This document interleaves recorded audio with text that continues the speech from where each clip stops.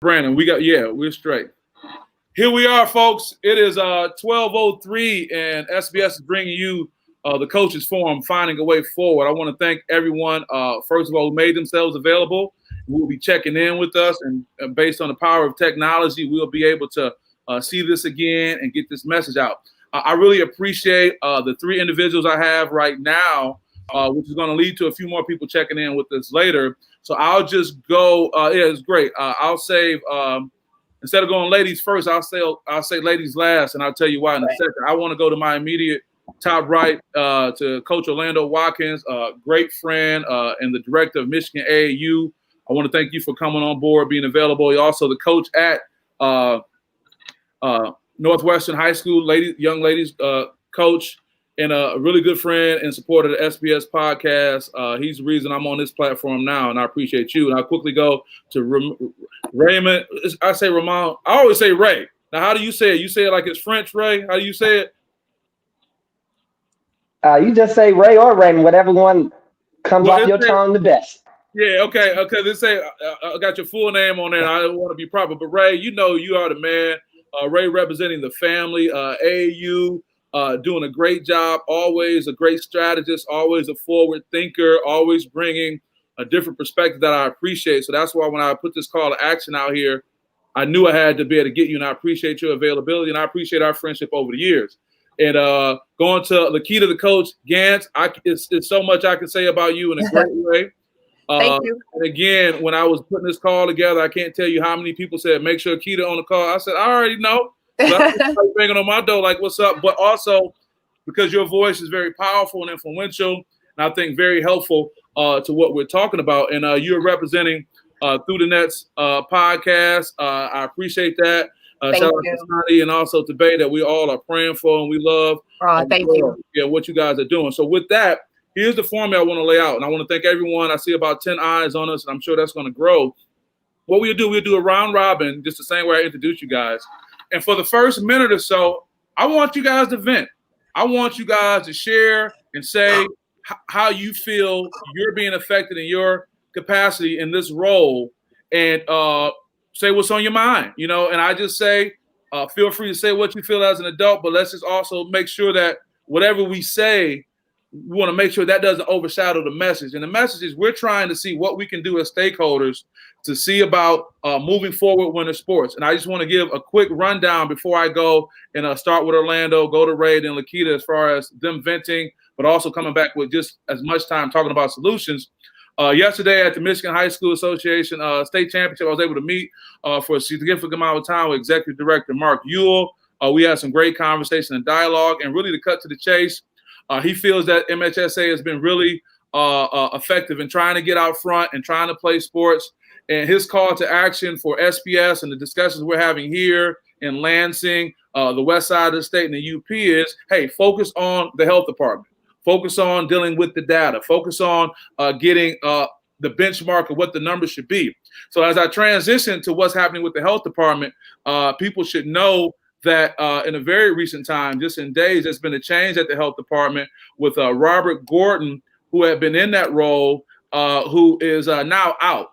And I'll just say this about Robert Gordon, not knowing him personally, but his resume states that he's pretty much been, a career bureaucrat, and I don't mean that in a negative way. He's there to make processes go ahead, and I would almost say he's kind of a big picture kind of guy. He has been replaced with who was the deputy chief director and now director, Elizabeth Hertel, married to Senator Curtis Hertel. She's been in Lansing for a significant amount of time. Just to be transparent, I had a role in Governor Granholm's administration, as you guys may know. Just as Orlando, you've had a role in city government as well. And she's always been agreeable. She's always been able to work on both sides of the aisle. And I just want to say at the outset of this call, as we vent and talk about solutions, there has been a significant change. And I think her being in this role is unique because let's not kid ourselves. There's a political nature to this. And she has the ability to cross the aisle with Republicans. They said that unfortunately Robert Gordon didn't have that strong point. She can cross the aisle. She has these relationships. So I say that to say, as we talk about solutions moving forward, there's been a change. And the last thing I want to say before I go to Orlando to start this off is I also have to talk about, from a health standpoint, because as much as I want to play and want to see guys play, I want to make sure we are doing things in the safest way possible.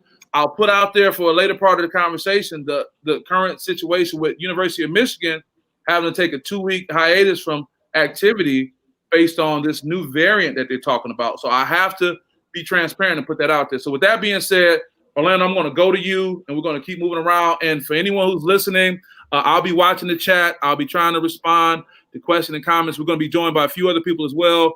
Coach Brandon Barrett, my guy, Coach Chuck Bailey as well, representing Motor City Smoothie Company, one of the sponsors for SPS. I appreciate him. So without further ado, I go to Orlando Watkins, Director of Michigan AAU. Orlando, please, you have the floor.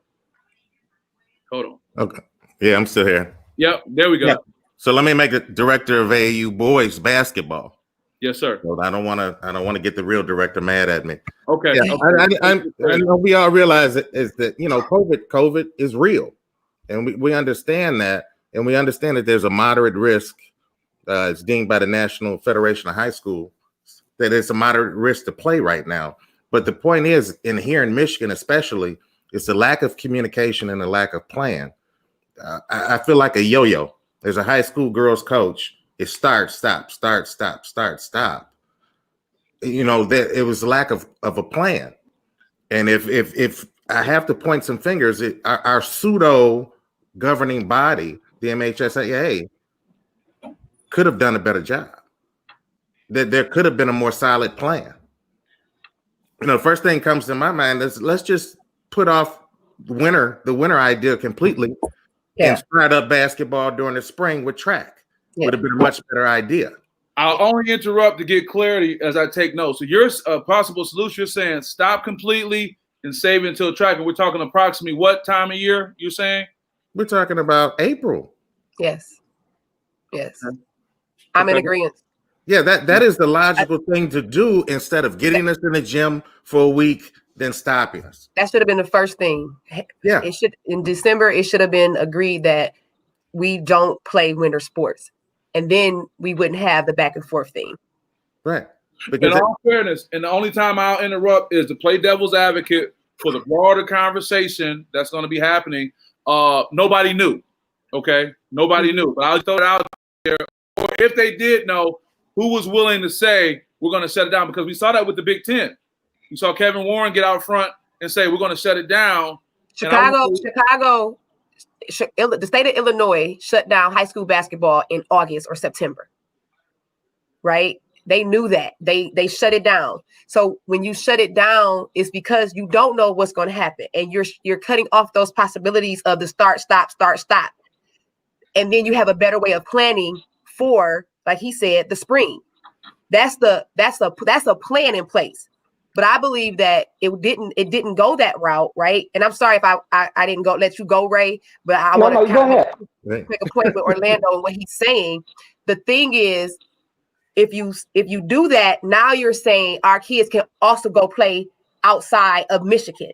And I think that's my thought process is it that you did not want our student athletes to have other opportunities and go on and do their own thing by choice by giving us this whole stop, start. If you do this, you can't play. If the day of practice, putting out the 3-week rule thing for COVID, knowing that had nothing to do with kids continuing to play. If anybody read the rule correctly, you could have continued to play. The fall leagues here could have continued to go on based on the rule that states you can't do both once you practice or play with your team. But because they put that 3-week rule in when everybody was planning to get out of here, it scared everybody and it had everybody on pins and needles. But then we still haven't started.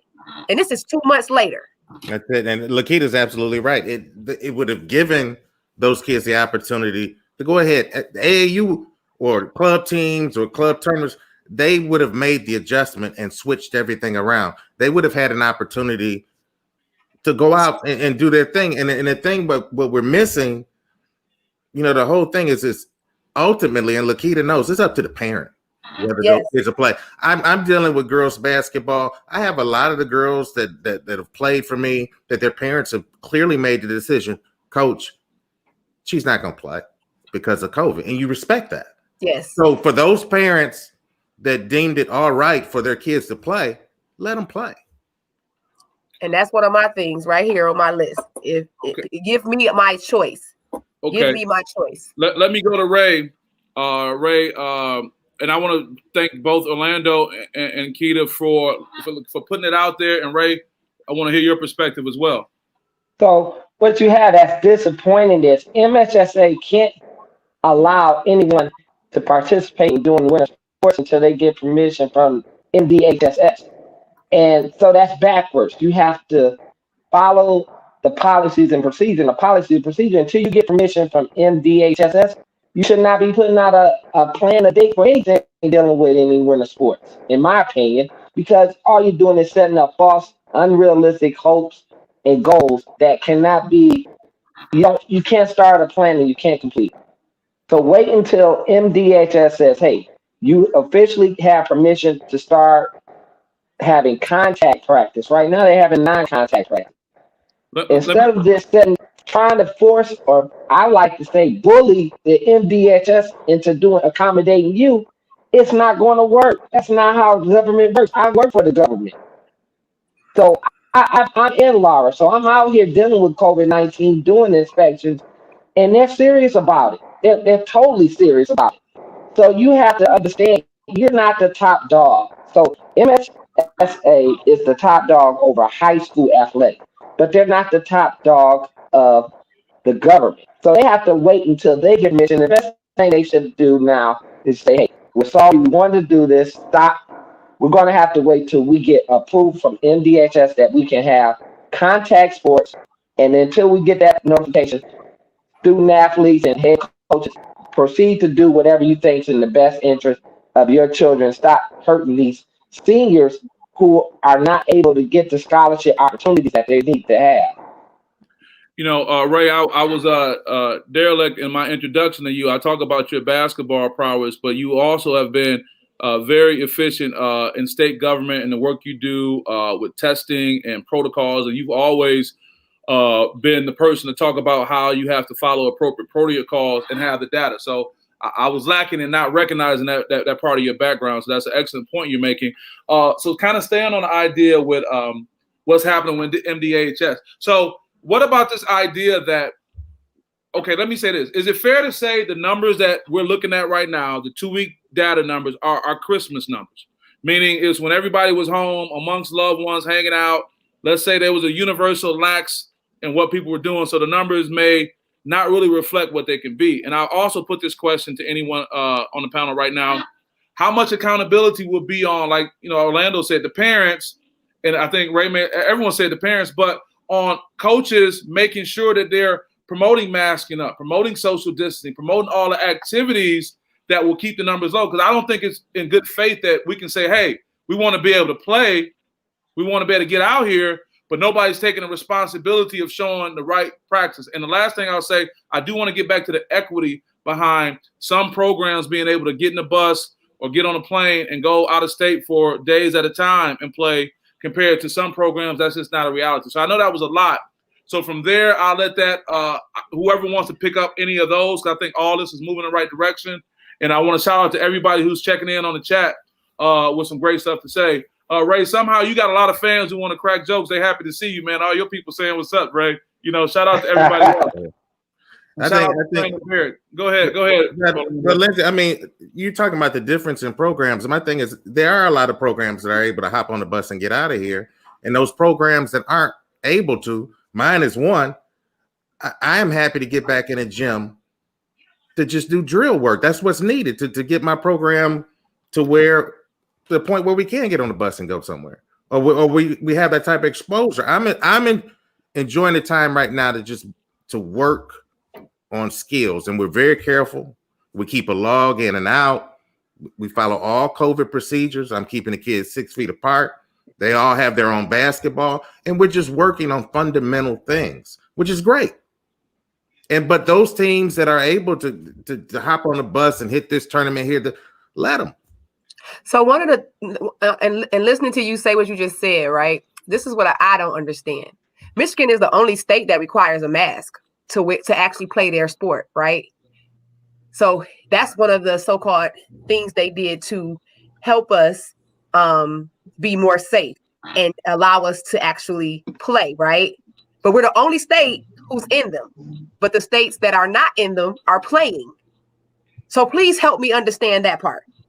You said, I'm not asking in particular. I'm just giving a question of, we did this so-called for safety so that we could play, but we're the only state not playing, and nobody else is wearing masks and they're playing. That doesn't even add up to me. That's just a small point I want to make. For those of us who've been on, we've been joined by Uncle Chuck. Shout out to Chuck Bailey, Coach Chuck Bailey, also representing Motor City Smoothie Company. Chuck, we appreciate you checking in, man. And what's going on. You've been very vocal, like many of the people on the call have been, with what's going on. I also want to shout out Brandon Barrett. Coach Brandon Barrett was due to be on the call, but he got that growing, beautiful family, got his hands full because his wife had to step out, but he's doing his duties. And Coach Barrett said, to you guys' point, players have been wearing masks since the fall league, so there has been compliance with that. But I do know, to your point, LaKita, you talked about Michigan maybe being singular. And that also in the comments, Michelle Mimi Watkins, shout out to Michelle Watkins. You know what that is, Orlando, don't you? Definitely. COVID protocols in place by Coach O. That's right. She know. And Kwame Simmons, man, thank you for the love and promoting the dialogue. Wendell Green, Senior, the comments you made. And Aaron Waldron, he just keep wanting to say stuff about Ray Hatcher. That's cool, though. So, Uncle Chuck, what's good, man? Thank you. What I was saying to others, we want everyone to feel free in addressing how they feel. We want you to vent. We want you to be your authentic self. But Chuck, just know we don't want your message to get lost on how you put it out there. So tell us how you feel, Chuck. Tell us how you feel. Tell them why I'm mad. Tell them why I'm mad. Tell you mad, son. Tell you mad. But first off, it's an honor to be on here with you beautiful people. Am I still on here? Can y'all hear me? On, man. You on. It's all you. It's all your face on the camera, just you. Okay. Well, to kind of piggy. I mean, I think it's BS what's going on, man. These kids need to play, man. But I do think like I've been saying it for some time now. I think what they should do is, instead of just, the governor instead of the governor just, what in so many words, like kind of like toying with them. Okay, you can play, then 3 weeks law, 3 weeks. You know what I'm saying? Like I think they should just go ahead and just put, to me personally, a lot of people want to say, I am an AAU guy. It will affect AAU basketball, but I think they should just go on and push it back and start the season, mid-March, early April. And the reason I say that is because, first of all, you really want to affect no other sports, like that, other than maybe a kid who might play baseball, a kid who might run track. But usually the basketball players, it ain't a lot of basketball players that actually play baseball. You know what I'm saying? It ain't a lot, it's some that run track, but majority of the track kids are football players. And, I just think, by that time we had, the vaccine, it won't affect the gym time. You know what I'm saying? Not the coaches, because, getting these kids to practice, man, you're not going to be effective if, you give them 1 week to practice and then now it's game time. No. They need some time to practice. They need, you try to put a kid out there and he ain't did nothing in the next however many days, he liable to get injured. Right. I'm going to just be honest. Exactly. You know what I'm saying? His body ain't moving, his mechanics and, all of that. He liable to get injured. So, like, if they move it back to the spring, then now the coaches can get a limited gym time, because now they not they bumping heads with volleyball or, all these other indoor, but I'm a little biased to basketball, but, all these other sports, you know what I'm saying? Like, they won't be affected by it. So now the coaches can get in the gym and practice as much as they want to, do what they, get their teams prepared. And then what happens is, a lot of times the cases, from what we look last year or whatever, cases go down when the weather, goes up a little bit. So, we have, imagine, we say we go from March start March, say mid-March. You know, you play an 8-week season or whatever, like they was gonna give them anyway, a 7-week season. Now you going into June with the start of the state championship. You know, late May, early June.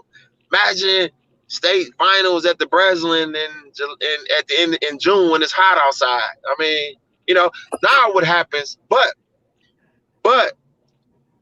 what happens is now it affects the AAU basketball, and for years, they've been trying to bridge the gap between these college coaches and high school coaching, you know, in high school, you know, basketball coaches. For years, they've been trying to bridge that gap because they saying that us as AAU coaches, you know, we got all the power, you know what I'm saying? In so many words. So now what happens is, I hate to say it, it makes a kid make a decision or a parent make a decision, you know, and it also makes a college coach make a decision. Look, I got this kid. I've been recruiting him. I really want him.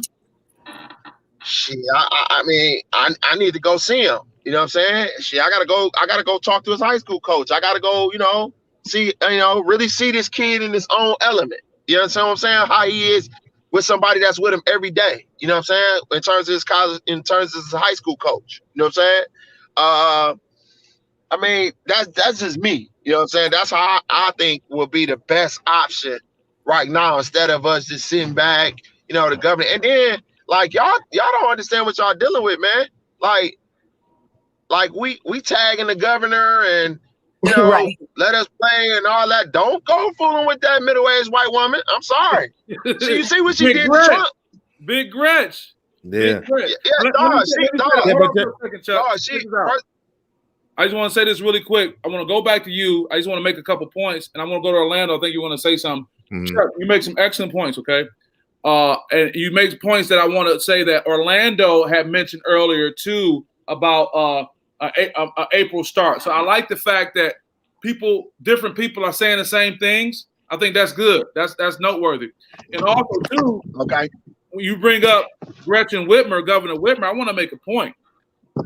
We were showing all love to Big Gretch. We got her some buffs. You know what I'm saying? She was all for us. And all she has been doing is being consistent with what she said she was going to do and what we built in. So to something to be said about, she ain't really changed who she is. So I just want to put that out there too. Chuck, I do want to let you finish up your comments, and then we'll go to Orlando, and if Ray and LaKita want to chime in as well. And I'm checking out. I'm keeping an eye on the chats too. Brandon Barrett has something in the chat. So what else you got for us, Chuck? Before I go to Orlando. I mean, like, I'm just saying, like, don't. If I y'all, man, I wouldn't fool with that lady, man. Like, I mean, she, you know, middle-aged white woman who power, you know,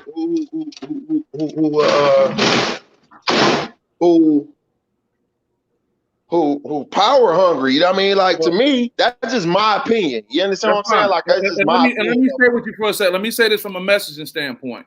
This is a message that's going to travel throughout the state. And the perspective you give is your perspective, and people can take what they want with it. But the reality is, I do want to add that from a political nature, after this contentious election, after we've seen something in America that we've never seen in our natural lives, being people running up in the Capitol, you know what I'm saying? The political part is that people who may not want to support Gretchen Whitmer for political reasons, this is an opportunity to find some middle ground because their children play sports too. And also, one more thing. This is a basketball-centric discussion we're having, but there are other winter sports. But in all fairness, this is just within my Rolodex and the people I can reach out to the basketball conversation. So I say all that to say this is going to be a broader discussion. And Chuck, I want to appreciate your authenticity, appreciate what you shared, and it's consistent with what we're talking about. So I'm going to go to Orlando, and Ray and LaKita, if you guys have anything to say, so be it. And before I go to you, Orlando, let me just say what Brandon said, because Coach would have been on here. Coach, I got you. Your comment says he would like to address the current state of Michigan basketball and its progression towards greater opportunity for our students. Okay, B is on that. Okay. So with that being said, Orlando, what do you have? Yeah, I mean, the discussion is towards the unique challenges and the problems that COVID is bringing, but there are other issues that we really haven't brought up in the discussion. You know, as a high school coach, all of our kids are at home. They're online. Now I'm calling practice. School is out at 3:20. I got to start practice at 4. And I'm expecting all these kids to leave home and come. You're not getting, I can guarantee you right now, and I'm only speaking on the girls' side of it, but the coaches that I've talked to in Detroit, they're only averaging 3 or 4 girls per practice. They're not getting up and coming. That again, coach, so people will know that you're saying not just you as a head coach for Northwestern girls, but what you're getting a consensus that people aren't even meeting enough numbers to have a normal practice. Barely enough. They know they have players. They have girls that are returning from last year, but they're not making it to practice. During this time off, especially here in the city, most of our athletes have gone out and gotten jobs. They're working. Half my team has jobs. Yep. So go get a job. You know, and COVID has pretty much caused that. Now they have to help and contribute to the household, to their family. They're working at McDonald's. They're working at Captain J's. You know, they're working, and it's real. They have to help the family. You know, before it was, especially with girls, they either got to babysit, they got to do this. That was one challenge. Now they're working full time. And I think it's something to be said about the new structures that have come into place now. You make an excellent point. And I think it's important because that kind of goes back to the equity conversation. These are real issues. Please go ahead, Keith. And to add to that piece, right? This is my biggest thing. With all the rules in place, you can't do this. You can't get in the gym. You only got this limited time, or you're off these times. So at no point, and this is including college as well, nobody's on an equal playing field whenever the season does start. And I say that meaning, like Coach just said, he has 3-4 girls showing up for practice, right? Or workouts or whatever. We had a 3-week shutdown where we weren't supposed to do anything. Then they come into play with this 6-week schedule. Well, if my team hasn't done anything, but some teams are practicing and or playing, and then I have to play that team after my 2 weeks or whatever you giving me to start a game, and they've been practicing for 4 weeks, 6 weeks, 8 weeks, probably 3 months, and you want me to play them?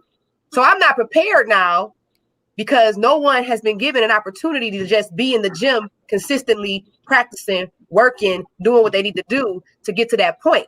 LaKita, can you pause on that? I want to underline that point you made, that my experience being out here talking to coaches, football, basketball, people underestimate or not take into account what the coaches are dealing with trying to put a competitive package together. These men and women all summer long, all year long, they're trying to put together pieces. They are not confident. And I forget, Chuck said it from a health standpoint of start and stop, but I want to highlight what you said, and that's an important point to make. So please keep going. But can I say something? Yeah, Chuck, Uncle Chuck. But I hate to say it. That's just what we dealing with. They deal with that in the NBA. They deal with that in college basketball. Like, you know what I mean? And when I say they deal with that, because of the COVID, you know what I'm saying? So many, like Michigan, like you say, Michigan just shut their whole program down because of COVID, COVID issues. Like I got players in college right now who, one player on their team get it and they go on 14-day quarantine. You know what I'm saying? Then they got to come out of quarantine to play. Those are just the challenges that we, they got to face. And we got to, I hate to say it, but we got to, if we want to play, we got to kind of suck that up and get right to it. You know what I'm saying? But I'm making that point for the simple fact that I said the same thing you said before you got on here, which was we shouldn't have played until the spring. Therefore, we would have been given an opportunity to have more time in the gym so that this doesn't affect us even when we start. Because the biggest piece here is we have a 3-month season that has been cut into 6 weeks. In no way, shape, or form does that even make sense. Chuck, ooh, baby. Yeah, LaKita, I want you to keep going. I want to add a point. I just want to bring something Chuck said in to bring it to the conversation. And LaKita, I want you to follow up after this. You mentioned college basketball and the NBA. We also have to look at, they have protocols, but they have different set of resources too. So I think we got to keep that in mind, that a lot of times we probably saying, oh, well, the NBA did it. basketball, we don't even want to get into that. There's resources and not resources. So that's something to keep in mind. LaKita, I just want to add that point. So please keep going. No, and I mean that's one of the things. Again, I have coaches that I talk to who have talked about now, as of the other day, just opting out completely with their team. And it's sad because as a mom, I've been wanting to opt out of this year since December. Now hold on for a second. Hold on, LaKita. For people who don't know you, and the fact that this probably will go beyond this community, Metro Detroit, you have an outstanding prospect in your son. I think it's very noteworthy that you, with all the great things Robert is doing and what his career is projected to be like, that you're talking about opting out. Can you talk about that a little bit more from your perspective of having a son that's a great prospect? So for me, based on what we've been through, because I pretty much knew this, this was not new to me in terms of what we've dealt with from December to January. I already knew what was up. My thought process, and I asked my son, I wanted to not play this year because it's too much back and forth. My kid, one day is hype, he's in practice, then he's not. He has to start. So for me, this is me personally. The training we've been doing since March the 15th or whatever that day COVID stopped. See, we've been training. We've been doing this. This is a lifestyle for us. We cannot, play a season and it won't really affect him as much because he's continuing to train. I can do that. Everybody else can't. So when I fight these fights, I'm fighting for all these other parents who don't have the resources and access that I have. But the problem for me is I think Ray hit it, or Ray hit this. They want, and when I say they, the MHSAA want to plan for something that we don't even know when we'll be able to do. And that's the sad part. So I think even if plan for something, we don't even know when we'll be able to do it. Yeah, like they're planning for a season and we don't have any idea when that will even start or when they will give us, permission to start. So again, we've had the December start. We've had the 3 week later start. We've had the January, then February 1st, now February 20th. That's 4 different times they've changed our schedule to start. My biggest thing and my biggest question to people is when y'all gonna stop letting them control you? When you gonna opt out and say, you know what, we're not doing this. And we're gonna do our own thing, because other people are able to play in other gyms. You could take the whole DPS team, every team in DPS right now, and go start a league at Height or a league at, or you could have kept the league at Tyndall. You could have kept the Height league, and you could have continued to play and never started a practice with your team, and you could have gotten more out of that than just sitting at home waiting to do non-contact practices. But LaKita, let's take that a step further, LaKita. Let's look at MHSAA. Where is the competing? There needs to be a competing organization. Mm-hmm. It is not binding that we all follow MHSAA. And that's the whole thing. Either they have to provide something more for us, or we need to have more of a voice. And I'm going to speak on your ex-husband had a good idea. He had the best idea. And listen, that's my ex-husband, but his idea to start our own independent league was on point. Again, but look at this situation now. We're in a situation, the same thing. People are, you talk about it, but you're afraid to move. And now, and this don't start with the coaches. This starts with school districts who have the power to say, well, we don't want to be a part of MHSAA. DPS wasn't always part of MHSAA. DPS had their own league. They wanted to be, a part of the state this and state that. But DPS could have stayed who they were. They had the best athletes. Why are we going over there? If DPS pulled out of MHSAA right now, we would have other major city leagues follow them. All the charter schools. Because the issue is that they're not serving. And I really don't have anything really wrong with MHSAA, but some of these rules, the travel rules. I was about to say. It doesn't make sense. So let's shoot the history real quick, Orlando. Volleyball was in a season that did not help them get recruited years back. That's it. A group of volleyball parents. Talking, baby. Go ahead.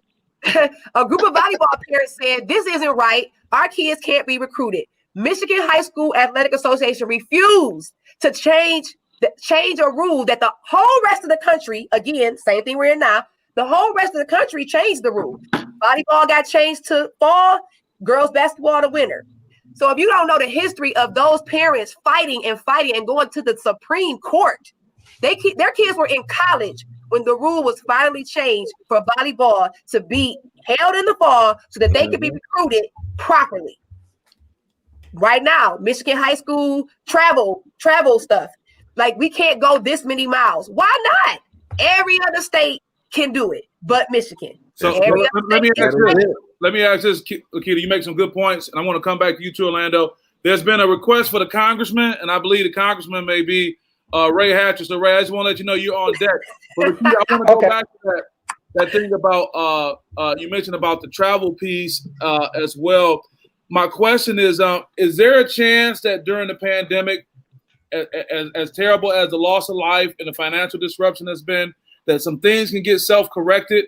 For example, this relationship between high school coaches and AAU coaches can kind of be set in a different direction. But also these quote-unquote archaic draconian rules of non-travel and not leaving the state that has only penalized Michigan, athletes and whatnot. Is there a chance that part of this reckoning that we're having can kind of address those things too? And I'll ask LaKita that, but Ray, whenever you want to chime in, they want you bad, Ray. You find a way to get in with you, okay? Well, I would like to piggyback off of what Kita just mentioned.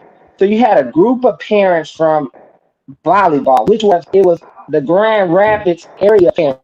It was a group of women, and they hired a law firm to sue MHSA, and they took it had to go to a federal court hearing, and that is how they were able to alter the season, because they showed that it put their children, their young women, at a disadvantage when it came to recruiting, because in the past that was a winter sport, and the tradition of it's a fall sport. And at that time, when Keto played, you used to have the state championship in I want to say probably November, and that's when King used to traditionally just win every year. Murray, right? Oh, can you hear me? I can hear you fine. Go ahead. Okay, so you had these group of parents that came together and said, we got to fight for our children to have this opportunity. And they hired the right law firm, and they were able to win a hearing. And then the MHS had to come back and alter the season. And that's when girls basketball moved to a winter sport. But like Keita also said, you had some things that were already in place this past fall, where you had the winter leagues, the fall leagues at Tyndall Rec Center.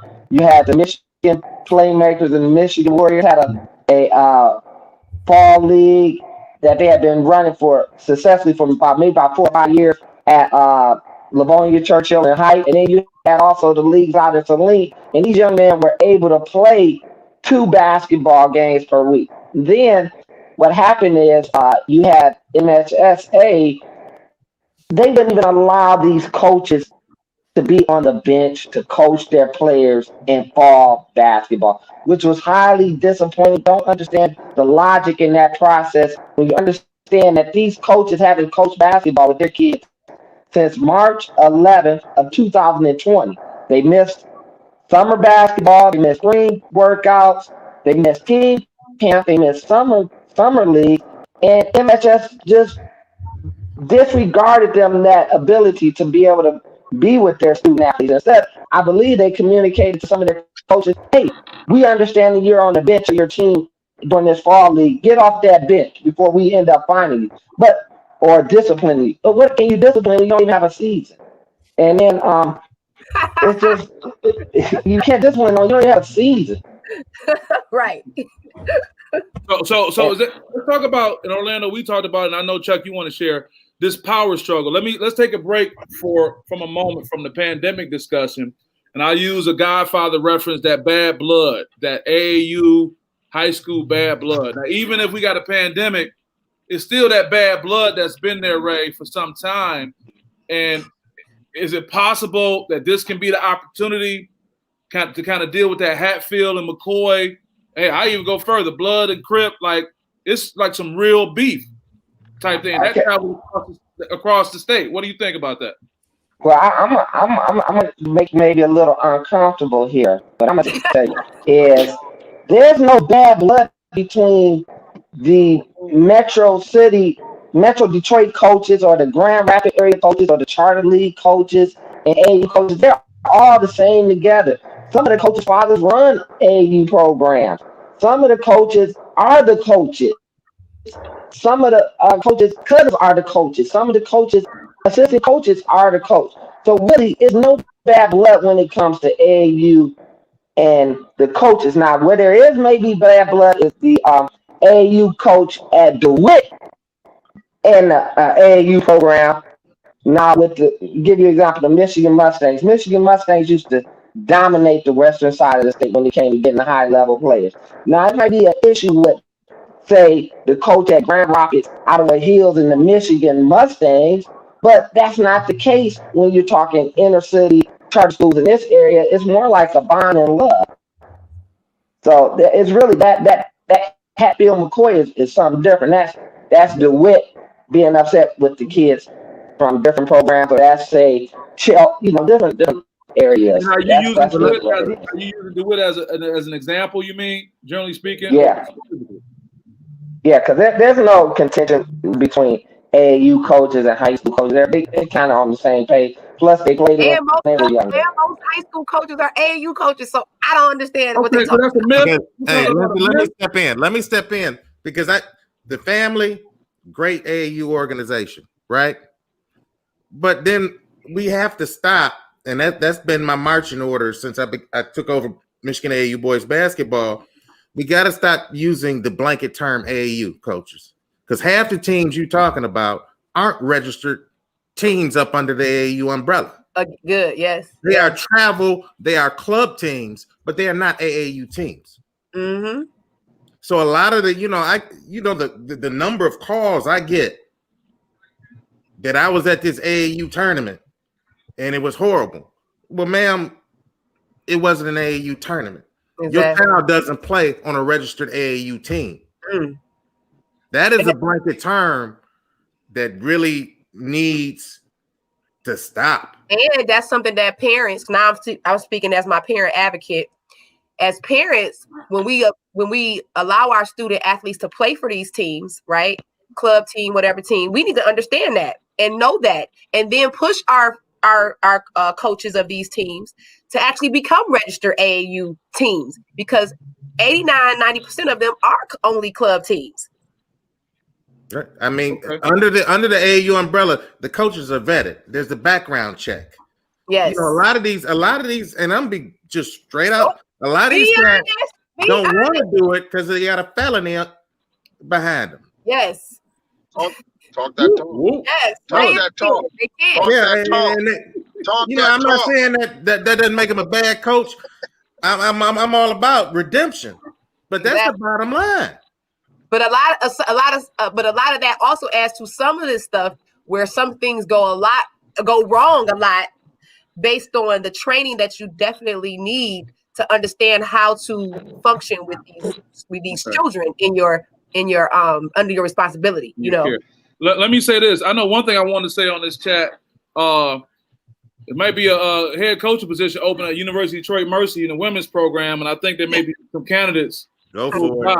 I'm good on that. Hey, okay. Well, you know what? But it's good to be wanted, and it's good to be considered. And for the record, and SPS has had a history of doing interviews and talking about coaching positions that work out. So I'm just saying, even if it's about advising, consulting, need to have a sit down. I think we need to look at that. Look, everyone has been given some great information, and what I want to do for the sake of time, and I can't tell you how much, guys, I appreciate what you brought to this conversation. Let's try to steer this a little bit more with the expectation that we're gonna hand this conversation off to another demographic, being Mid-Michigan next. So all my Mid-Michigan coaches, I see Terrence Cooper out here.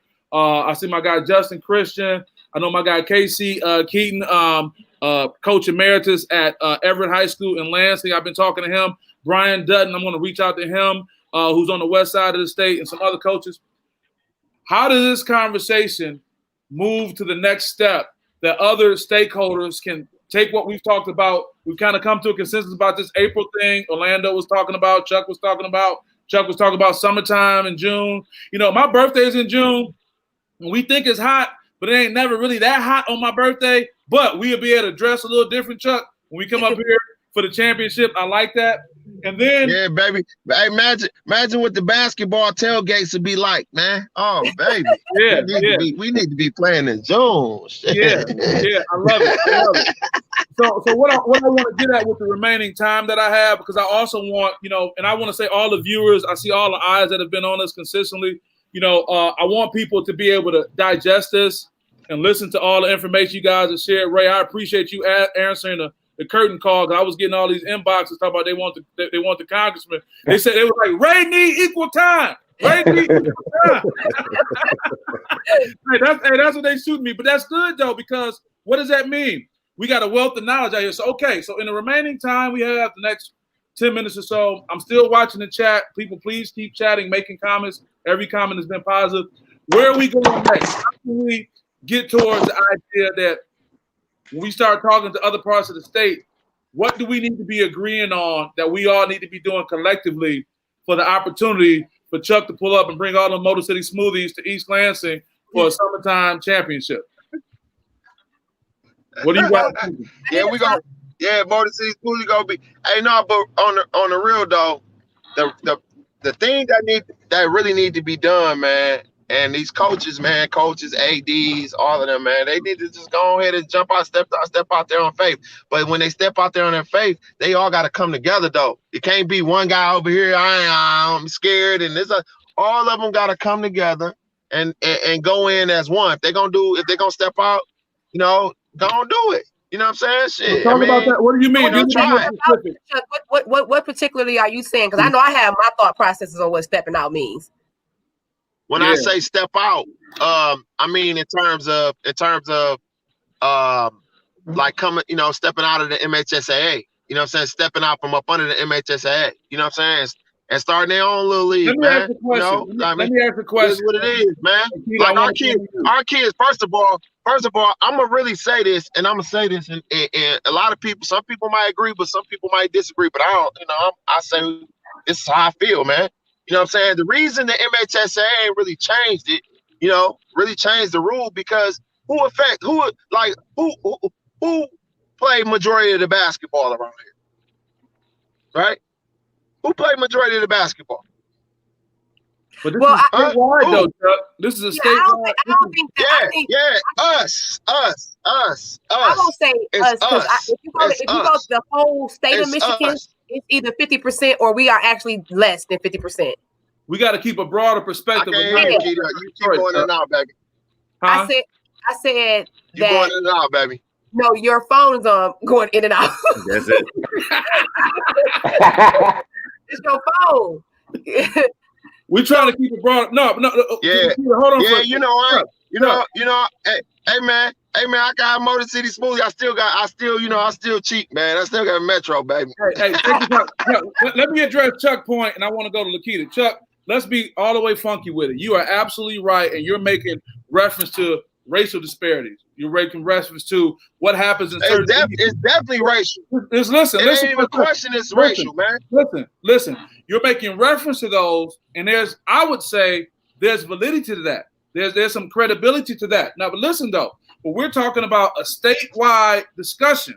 We're talking about a statewide movement, which means that we can be stakeholders in Metro Detroit with our specific issues, but if we're coming together as some kind of coalition, we have to be able to take in other issues too. I'm not downplaying what Black people go through in Detroit and throughout America, but we also got to be able to take into account. It has to be a broader discussion too when you bring these other people in, and I think that's giving credibility to what you said. We're not sweeping away, but when we go to Mid-Michigan, the West Side, and the UP, it's going to be a part of the context. Now, you can respond, and I'll let LaKita respond. And that's not taking nothing from you. We keeping it all the way. Those travel rules affect all the kids in the state of Michigan. White, Black, young, no matter what, it affects all of them. Yes. LaKita, did you have anything you want to add as we get ready? And Chuck, you on here for the person who can say that. And I want to acknowledge that. No, I'm saying real talk. Because they talked about, as an aside, they talked about when Al Sharpton ran for president. I'm not making any kind of funny reference, and I don't want people on social media getting it the wrong way. What was so important about Al Sharpton running for president when he did several years ago? Because he forced the Democratic Party to address the issue of driving while black because they talked about it in a debate. Exactly. So Uncle Chuck, your statements are important because we said it and we talked about it. So I am not in any way discrediting what you said. I appreciate you saying that, but we're also adding an element too of the greater part. So duly noted, well taken, and we appreciate you, and we want you to always be that voice. Is that fair? And I do understand, Coach Watkins. Like, yeah, all the other sports are affected by it, but who can benefit from it the most? I hear you, Uncle Chuck. I hear you. No, for sure. Yeah, you know what I mean? Don't think Like, I our don't hear kids, you. basketball players will benefit from the most, because what happened, not even just the travel restrictions, even us playing on national television, like all of that, man, like that's crazy. Like why we can't play on it? Why our kids can't go play in the national championship? And we have, and then you think about it, some of our like kids, we didn't have pros like come out of here. Like we got a lottery pick, a number 1 draft pick around the corner, and he can't even play on the national circuit. You know what I'm saying? He can't even play on national television unless he opt out or his parents opt out and do something totally different. Like, that's crazy. Like that's crazy, man. And it and the thing is, it affects our kids. That's why it's not important to them. It's not important to them. So basically, let's stay with that. You know what? I go all day about that, baby. No, let me stay with that. I go all day about that. Let me highlight that. You're talking about the unique aspect of particularly African American, brown, but particularly black kids and their ability to be great athletes and have great opportunity to go not only to play at a high level collegiately. We can use LaKita's son as a perfect example. Shout out to Robert. I mean, he is fitting in this mold with the trajectory he's on, and how, because that is unique to African Americans, the broader, mainstream don't necessarily look at it as an issue. That is valid. So let me make this one point so you answer. You got it. So with that being said, for the Michigan High School Association to see a kid like a Josh Jackson leave here, a Jaden Hardy leave here, and Imani Bates to start his own school because he has to do this, for you to see these type of kids leaving, and those are just a few, to leave here to go somewhere else to have a better opportunity, and you haven't changed your rules so that this talent stays in Michigan, who are you for? Because you can't be for our kids, whether they're white, black, or indifferent. And that's the problem I have with MHSAA. Because if I see something, if I run an organization and I want my organization to be the best organization, and I know that my best products of my organization will opt out or leave because of these rules, then as a body, we're going to structure and do some things different so that we keep the best products in our organization. But that's not what they choose to do. No, not at all. Well, let little Billy from whatever up north somewhere who projected to be the number 1 pick in the NBL decide he want to leave or something like that and go and make, and what happens is that it's the right word to say, and it kind of makes national news that this kid is leaving, or multiple baseball players or multiple volleyball players. That rule will be changed immediately. Just like they changed the volleyball, they would change that rule.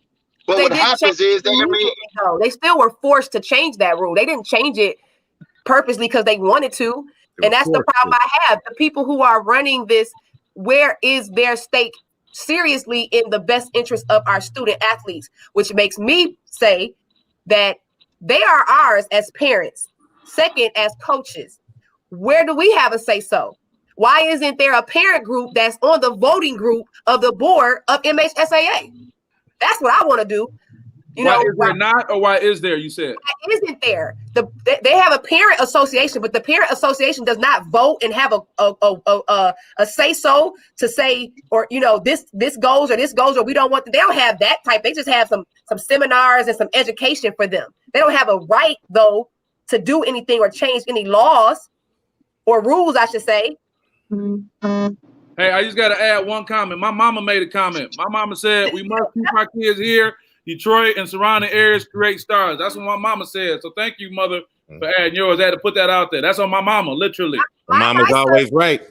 My son told me that he would rather leave here because he said, and this is what he said, Mama, all the guys that leave here do really well. Wow, real basic and simple to the point. Okay, so let's go back to an earlier comment, Chuck. I don't know if you was on the line earlier, but when we started talking about basically, Orlando said a competing organization, another entity, or being proactive. There's right on time, Coach Brandon Barrett. Look what he said. There should be another league. Period. So okay, so let's do this as we look at handing this discussion off to another region, and these are things we can bring up. Idea of summertime, championship, being able to be proactive in supporting the rules and regulations to lower the COVID numbers, but also looking at what if the governor is saying, I wish y'all would go and do what you're going to do. I'll tell you a quick story. I never forget, there was a situation, and I won't get into the details of it, but I was trying to get an opportunity. That would be the example of someone trying to get a coaching role, Ray. Somebody said, I want this job. And I went to somebody who I knew could be a part of the process. And you know what they said to me? They said, I won't sabotage you. In other words, I'm not going to do anything to help you, but I won't sabotage you. Now, I'm not putting any negative light on Big Gretch. That's Big Gretch, let us remember. But what if she just said, I'm just trying to fall back? I'm just going to fall back. And because I don't see her chasing people down like, oh, y'all starting your own league. She's not going to get in on that. If she's not on the man, she ain't worried, man. That like at the end of the day, I don't think she even worried about. That's like basketball, high school sports is like on the low end of the total pole of what you know what I'm saying. Like she worried about saving lives. We the ones who putting a lot into that right now, man. She ain't really worried. She worried if she got so much other stuff she on her plate than worried about if y'all gonna play football or basketball or hockey or whatever. You know what I mean? She ain't worried about. Man, she just, she put like you say, she probably put the plan, say, okay, this is what we gonna do. You know what I'm saying? But like, she ain't about to be having nobody chase y'all. Like he said, ain't nobody about to be chasing y'all down, wondering if y'all comment, please. Yeah, right on time. Yeah, he just brought it up. Pierre made a comment. Shout out to Coach Pierre Brooks over at Frederick Doug, doing great things. Also to his son as well. All you guys got young people doing great. Robert's doing great. CB3 is doing great. Even if we form another league, we will have to follow MDAHS guidelines. So he's okay, but I think somebody let me play devil's advocate. Why do you have to follow their guidelines? Because you're playing in the state of Michigan. I was thinking MHSAA. So because you're still playing in the state of Michigan, you have to do that. Is there any issue with following? So tell me this: how are other leagues going? This other leagues running out here. People playing basketball 5-on-5 out here with referees. Shout out to all the coaches. I got Coach Ken Flowers at my lovely. Hey, we can't. Hey, Keita, we gotta stop talking, baby. We can't. I don't know what you're talking about, man. I don't know what you're talking about. Right now, I'm talking about adult league. There are adult league out here. I don't know what you. Hey, we don't know what you're talking about. I don't know what you're talking about. Yeah, please. I don't care what Michelle said. Michelle said, what about the NFHS rules over MHSSA? So there's rules upon rules upon rules, and I don't think. It just seems to me, I had a long conversation with Mark Ewell yesterday. And Orlando, you kind of mentioned this earlier when we were talking, and people can push back if they feel so. He said, look, we want to play. We want to focus on MHSS. We want to focus on the health department. Focus your attention there. So can we say that with the idea of whether there's another league, an independent league, Health and Human Services, the health department is going to have to be supported with whatever they say. So let's talk about that part, about actually following through. Are we even following through with the standards that are set as of right now? I'm asking, are we doing that? Let's not talk about our desire to play. Let's talk about once we play, are we going to follow the rules? Ray, what do you think? I believe so. I see everyone following the right rules and protocols. I know everyone's having non-contact practices. There's actually, I've been fortunate enough to go watch some practices. I actually see the students waiting in line before they go into the gym out in the cold weather before the team exits. So you might have varsity and JV practicing together. One's in the other gym, one's in the main gym. And the freshman kids have to wait outside for about 30 minutes before the JV and varsity kids enter, and then they can re-enter. So that's as far as I see, everyone's following the process. But how about we just use a band-aid approach for this? How about NSSA say, listen, we're not going to start the season. We're not going to discuss starting the season. Everyone that wants to form a basketball club, you have our blessings. Go form your basketball club. We wish you the best of luck. Go play in Ohio, Indiana, like they did in Chicago. In Chicago and Illinois, the Chicago public school system, some of the private schools, and some of the upper echelon suburban schools created a league, and they went to Hamden, Indiana, which is equivalent to going crossing the state borderline of Illinois to Indiana from crossing 8 Mile to Oak Park or Southfield. So how about just say, guys, you go form your club. If you want to go to Arizona, go to Arizona. If you want to go to Indiana, go to Indiana. If you want to go to Ohio, go to Ohio. Go wherever you think you need to do to help your children with their mental health and keeping them motivated. And we'll come back to us when we're able to come to an agreement with the Department of Human Health Services. So let me ask a question. I want a question of clarity, Keita, and I'm going to come to you real quick. Yeah, that's what I'm saying. Make sure you clear up because he was going in and out. So I want people to really hear what he said. Just if you can shorten it up a little bit, but please make sure that people heard what you said. What he said, Ray, because Ray, we can hardly hear you. It's going in and out. It was going in and out, Ray. And go ahead. You can bring up some points, and also, can you also clarify that idea about programs doing their own thing, but then I keep bringing up this equity thing that some programs can just go, but others can't because of the financial part. But can you kind of summarize again and recap what you think was the most important part of that? Because you're right, you did break up a little bit, and we don't want to miss the point. Okay, can you hear me good now? Yes. Okay, so the most important part is MHS taking away the rule of making teams ineligible or making coaches ineligible or trying to discipline. So the most important thing is I do believe teams can go to Toledo and play basketball. I believe they can figure a way to safely transport the children. Because they have leagues in Toledo right now that children can play in student athletes. So I believe there's that component, and we've already know there's certain teams that are going to Fort Wayne, they're going to Arizona, and there's other programs that can do that. But there's also teams that can go to Hamden, Indiana, and that can go to Toledo, and they already have a league set up for them to play. Or we could come together, the charter schools, the Catholic schools, the public schools, and we can form our own league, and someone can go down there and organize a facility and organize the referees. We have everything in place. We don't have to wait on them to do this. We can coordinate with Coach Stone at River Rouge, Coach Brooks at Frederick Douglass, Coach Flowers at Henry Ford, Coach Donnelly at UAD, and we can create our own league and play 8 or 10 games. Let me ask you this, Ray, and this is right up your alley with your great organizational skills. I'm not being patronized when I say that. I mean it. What does the logistics of this look like? Talk about the logistics of implementing this, whether I'm in Metro Detroit, Mid-Michigan, the West Side of the state, or the UP. And shout out to Chris Saginaw, too. So if I'm going to do Southeast Michigan, you can go to Toledo. Toledo's a 45-minute drive. You can have the parents coordinate. They can, they can, ride together in cars. I know it's COVID-19, but I think some children still do ride together to outings, to the mall, or to the restaurant. So I think you can coordinate where teams can go to Toledo. The Western Michigan teams, they can go to Hamden, Indiana. I think Hamden, Indiana is probably very close to your Muskegons, your Bent Harbors.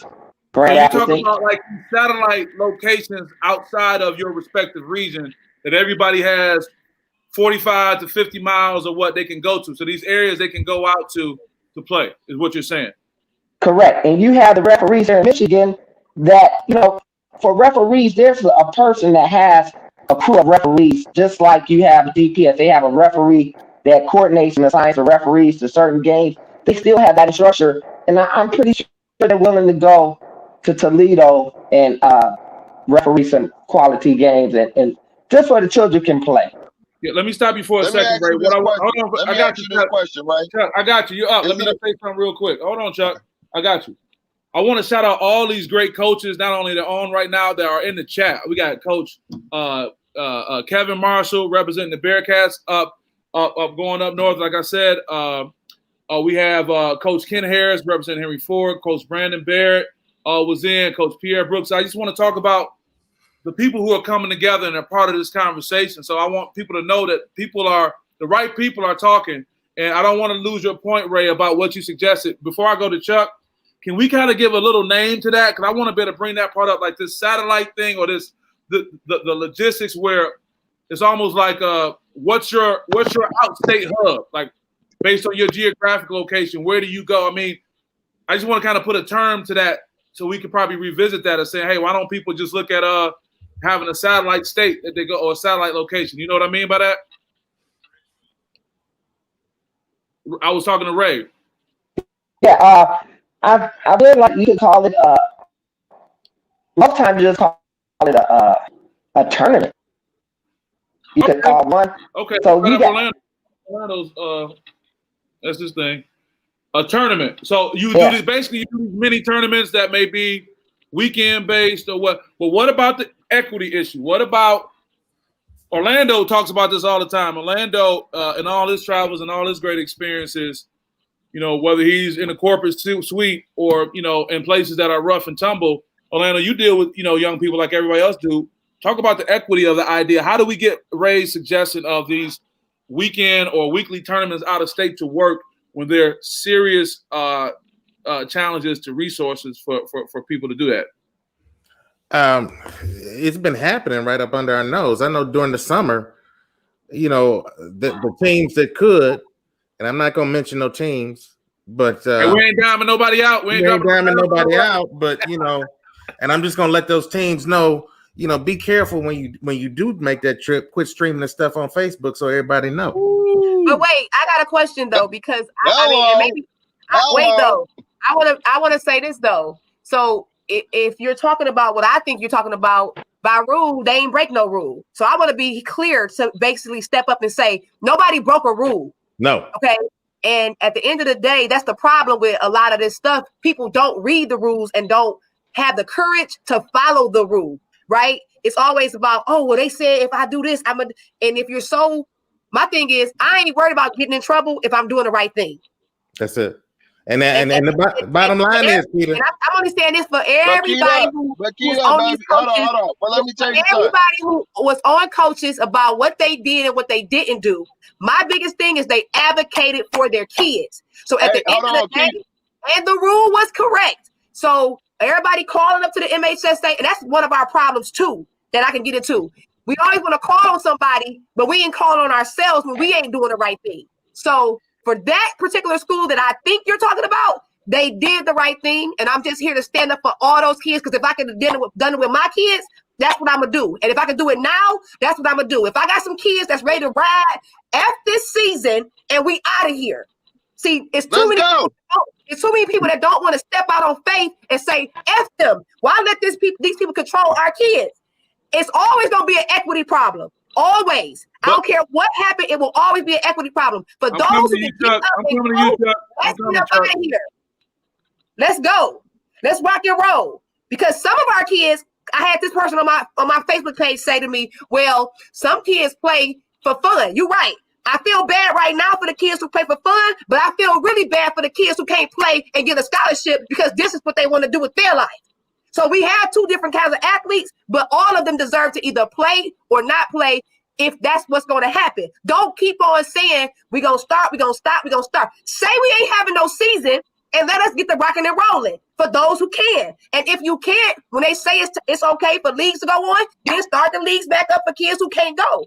But all this whole, this team did this team did that, whatever you do as a coach, that's in the best interest of your student athletes, I'm all for it. If it's right, do it. If you got to break a rule, don't break a rule. But if the rule is not a broken rule, stop saying it. Stop saying it. And I'm telling you, this rule's broken every single day because for all this whole non-contact stuff, I know several teams that then play a whole freaking scrimmage in a practice. So don't tell me about no rules. What's good for our student athletes? And that's where MHSAA ain't standing up for us by saying, you know what?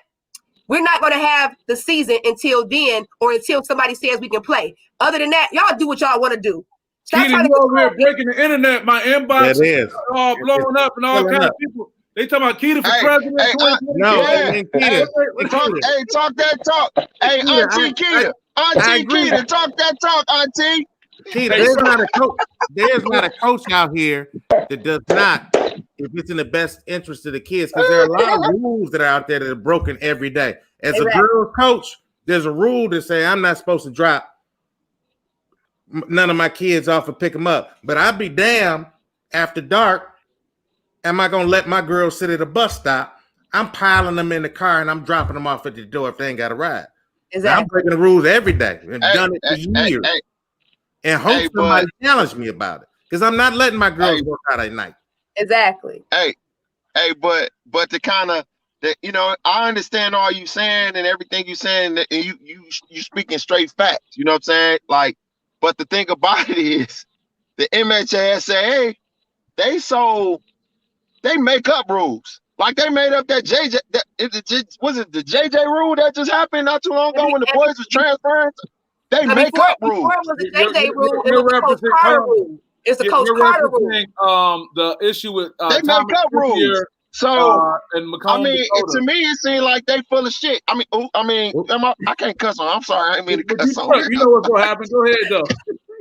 So with that being said, Chuck, about making up rules, that's Coach Carter saying it up every day. Again, let's go back to this organization, and they make up rules as they go, right? Okay, cool. Here's a perfect thing, and I'm gonna say this, and then I'm gonna stop because I'm really pissed right now. Don't stop, Keita. You got it. Go cuss. Hey, it's okay. Don't cuss. Hey, you got kids that play for fun, right? You have kids who play for scholarships and are good enough to get free education with their sport. Literally, though, 89 to 90% of a high school athlete, they're not going to college to play and get a scholarship. Oh, I'm sorry. They won't earn a scholarship to play for free, right? 90% of those student athletes. Well, they give us 4 years.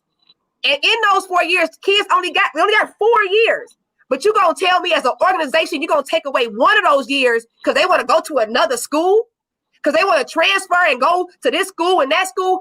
It should not matter what school I go to, because if I am homeless and I have to transfer schools multiple times, you're not telling me I can't go to the next school. So why should you tell me I can't go to whatever school I want to go to if I want to play for that school? I only got 4 years and I might not get a scholarship. So you're going to take away one of my whole years based on what? We don't know. It's no school that I know that had kids transfer in. You can't hear? Or no, you can't hear. There's no school that I know that has transferred students all in every year and they won the state title. Say that again. Say that point again, Keita. There's no school that has transferred all these kids in and they won the state title. So why do we have a transfer rule that went from a half semester to a year when other states only have kids sitting out 2 to 3 games? Again, Michigan is behind because Michigan High School Athletic Association has proven to me that their rules are put in place to control, not to be of benefit to the student athletes that make up the organization. Say it again, Keita. Control. I want to give you guys updates from the chat. I want to just kind of give an update on what's been going on. We get nothing but support for what you're saying. I think it's ironic. You got Chuck on here telling Keita not to cuss. I think that's amazing. You know what I'm saying? That's cool. And then also, too, Keita, what you've done is, despite me trying to keep it to be a universal discussion, you're absolutely right. We're coming back to these disparities and these issues that we have to address. So it seems to me we're going to be forced to be in a position that we got to start thinking entrepreneurial. We got real entrepreneur. Everybody on the phone is an entrepreneur. You guys got stuff going on that because of this history and the potential of MHSA, they're a regulating body. They'll be the first one to tell you, we're here to regulate. We make rules and regulations. They'll tell you that in a minute. So why don't? And they quick to tell you they are private. What is it? Nonprofit. Nonprofit, but they make more money than any other organization that deals with sports, probably outside of the professional sports. Yeah, they do get the bag. So shout out to Ray Kelser shouting you out saying preach, Key. So I keep getting back to this thing of, all right, what if both the governor's office, the health department, and even MHSA say, you know what, we go far back, do what you do, don't hurt yourself. Now, how do we start coming together, Ray? What do we need to do next, Orlando? Chuck, what do you think about that? What do we need to say? Okay, we got to connect with our other people out here in mid-Michigan or on the west side of the state. Let's talk about with the remaining time we have. Let's talk about going towards what are the next steps we have to, what has to be in place universally for what Kita is talking about to not continue to hinder people. You're right. You're right. And that should be the spirit of how we move. What do we need to do next? I just want to, Orlando, I'm going to say this.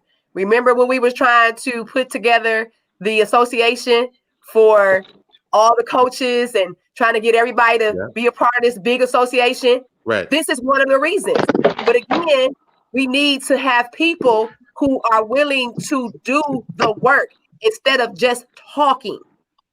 When we ask you to sign up for something, and I'm gonna tell you how I know Dan Young real quick before we finish. Dan Young is the executive director of B-Camp. like this.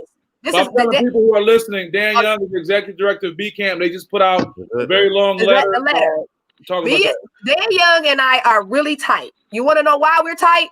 Because I was the main source for helping Horatio Williams and Orlando Watkins sign up all of DPS coaches, girls and boys, for B-Camp, right? So I had to do it all myself, hand by hand. But when I say that, I'm saying it to say I shouldn't have had to do it myself. Every other coach that I put in there and I put their names in and I typed all their information and I made them a B-Camp member, I shouldn't have had to do that. Because you should already be willing to begin becoming a part of these associations so that we can grow this thing so that when something like this comes up, we are all in one or under one umbrella and we can make some noise. Preach, Kita, because that is one of the biggest problems. I'm a regional director for B-Camp girls. I am so tired of going to wherever we meet that once a year to vote on postseason honors. And I mind you, it's only about 2 people that look like me in the room to begin with. Amen.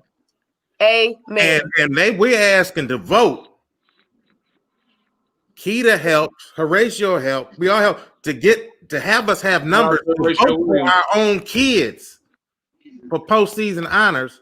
And I can't tell you how many times I go up there and none of our coaches vote for our own kids.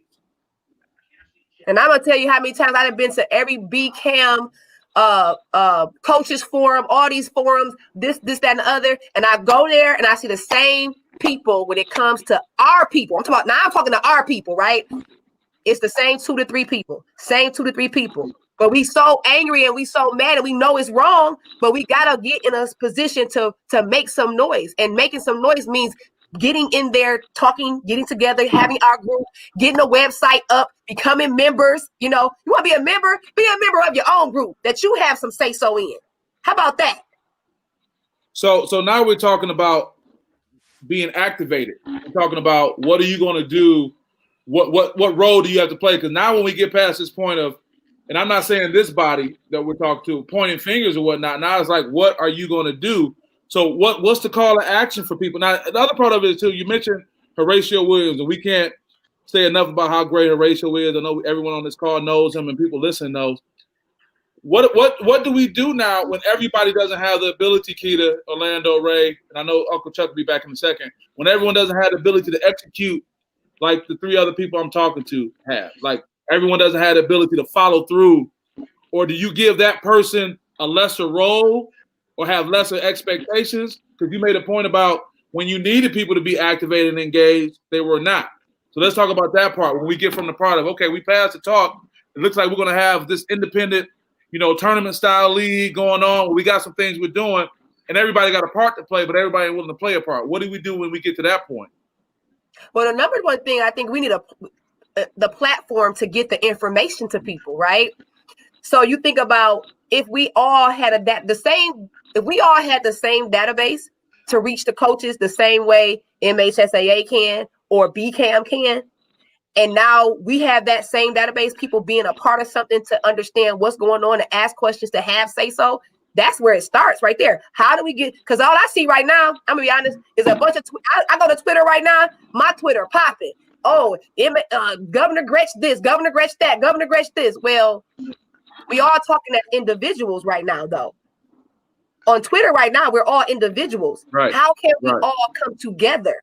Right. And I think that was part of the reason, Keita, when I would like the night I reached out to all you guys in a matter of minutes. And Keita, I think it may have been either your post or maybe Chuck's post that I said, you okay. I said, you know what? All these bright minds are talking. I said, it's time that we kind of start corralling this information and start having this broader conversation and see what we got. I got Kevin Jackson. He says, as an AD, I'm ready to make a move and let my boys be able to play, because for a lot of our boys, basketball will be the only way they may make it out. We understand that point. We know that. So my point is, they still giving you shout-outs, Keita, too. Rebecca says, yes, Keita. So my point is, if you got ADs like the Kevin Marshalls and the coaches, the Brandon Barretts, the Kevin, the Ken Flowers ready to make a move, what move do we tell people they should be making if we were? Wait, before we say that. Okay, please. Because understand this, coaches can't want to make moves, but the person or the people who are in charge to make moves are the school district. That's it. The school district has to be ready to make a move. Amen. That okay. So talk about that a little bit more, so we know, so people don't think that where does the pressure needs to be going, if you will, for lack of I won't say pressure. These conversations aren't conversations that should be already had or have been had between AD and superintendent. Now, what I saw on Twitter, and I'm gonna read this really quick.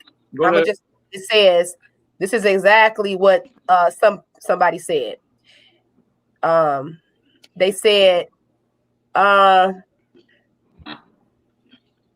is it? I'm sorry. So basically they were saying that they're having these conversations with certain school districts and superintendents, and they're saying, we hear you, the same thing you said earlier, but we really can't do nothing, because the powers that be over what they try to do government-wise won't allow them to step out and say, we're not going to be with MHSAA. Right. The only people who really have the power, I'm going to tell you who had the most power right now. DPS has the most power. You know why? Because Dr. Beatty has been the number one person and advocate for all of this basketball stuff going the way it's been. He's been the number one advocate. So you start with Dr. Beatty, and then you got charter schools who have their own, they can do what they want to do. You get DPS and all the charter schools, because they are their own government. Now you talking. Now you working with something, because then you take a lot of pressure off of other people to make those same moves. So let me say this, and this is when Ray puts his political hat on, Orlando puts his political hat on. I look back at mine.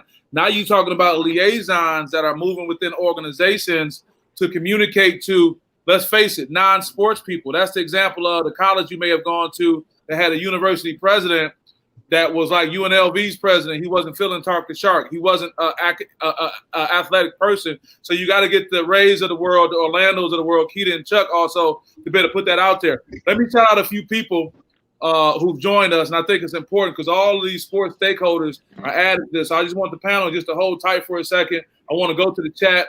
Shout out to Renzo G. He say, Legend Jeter over here looking like this, like what's up? Like, shout out. That's awesome. That's true. Legend, your son, we know what happened with CB3. I don't know if that was the impetus of what was going on, Chuck. Little Chuck out in Arizona. Shout out to Rita.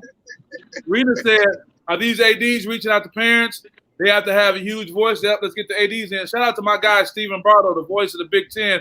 He's chiming in. So even on a national scale, people are watching this. And I think that's important for our cause, guys, because that's adding credibility to the coaches, the other folks coming together. That's a good thing. Go back to Renzo G. What do you say? The real is our kids have skills to bring in the money, and we still don't have no power. Whoa, Renzo. Powerful. I'll repeat that. The real is our kids have the skill to bring in the money, and we still have no power. We're going to talk about that. And he came in again. What else, Renzo? Biggest smack in the face. Renzo, we ain't mad at you. Shout out to Sonny Thomas, LaKita. Sonny is saying, hey, Steve, it's Salt from U of I. Uh-oh, Steve, I missed something with University of Illinois. Okay. Oh, yeah. Okay. I see what's Stephen going on. Barrett. All right. Thank you. I missed that. Oh, so, yeah, Sonny shouting out Bardo. What did Coach Ken Flowers and Henry Ford say? Coach said, and we are the largest school district. Let's talk about Detroit Public Schools, or what was once Detroit Community Schools, and what we are.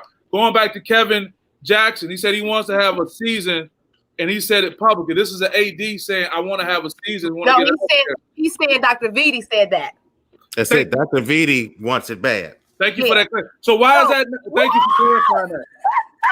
What, Keita? What happened? I messed up. What's going on? Well, I'm gonna just say this. One of the primary reasons that Dr. VD is so invested, and I'm thankful for this, but his son plays basketball. Hello. His son plays basketball. Okay. Hello. I'm not against it. I'm gonna use it to advocate for the rest of our students because as a parent, he's what is doing or done for his, doing to his son. So I'm proud that he got a son. I'm glad he has a son because now he can understand what we go through every day as people around here advocating for kids. I want to go to the chat. Staying with that point, Coach Kim Flowers said, when we move, everybody move. And I think there's something to recognize the power in what everybody has. I think sometimes when these things are happening, we what's up? This is what we need to do, man. Like you say, we need to go down, like you say, Toledo, Indiana. It's one of us guys, whether it's me, whether it's Horatio Williams, whether it's whatever, guys who do the, who put on events and stuff like that, and just do like what they did in Arizona. Do like they had this thing in Arizona called the Border League, and all the teams from California, all them teams was coming out there playing, man. Go on, do that for about 8 weeks or however many weeks, man, and just kill a whole situation. Everybody opt out of MHSA, especially like you say, especially around here, like the Metro, this Metro Detroit area kids, man. I mean schools and stuff like that, man. Need to go and do that. Go and rent a gym down there, because when you rent a gym down there, you don't have to, like Coach P said, like you still got to follow the MHDH whatever guidelines, whatever. And then also, the guidelines. Michelle Watkins, he said, "What about liability insurance?" Orlando, Ray, LaKita, what about the insurance? That's why. Hold on, let me. As a director of AAU boys basketball, AAU. That's why most clubs get involved with AAU. Because how much the policy is, Coach? Huh? Tell them how much the policy is, Coach. Tell them. You talking to sanction a league is $300, and it's $14 a membership per kid, and you're covered. And you cover $1 million. So you said from a very small amount, you're saying it can be insured, that can be covered. To Chuck's point about referencing Arizona, these border leagues. My question is, LaKita, I'll start with you. What does it take for someone to jump out and get that done? What does it take to say, this is what we go do? Why is it that other states have done it? Not to say that we can't, but what does it take for us to say, all right, this is the consensus we got. Metro Detroit coaches are going to do this, or Mid-Michigan coaches go do this. Tell me what you guys think about that. I think it just takes, again, a platform to get us all communicating, right? We have to be able to communicate somehow, because I'll tell you, somebody in your chat said something about having a Black Coaches Association, I think in Michigan, right? Kevin Marshall. Yes, Kevin Marshall. So I'm a part of the College Black Coaches Association, right?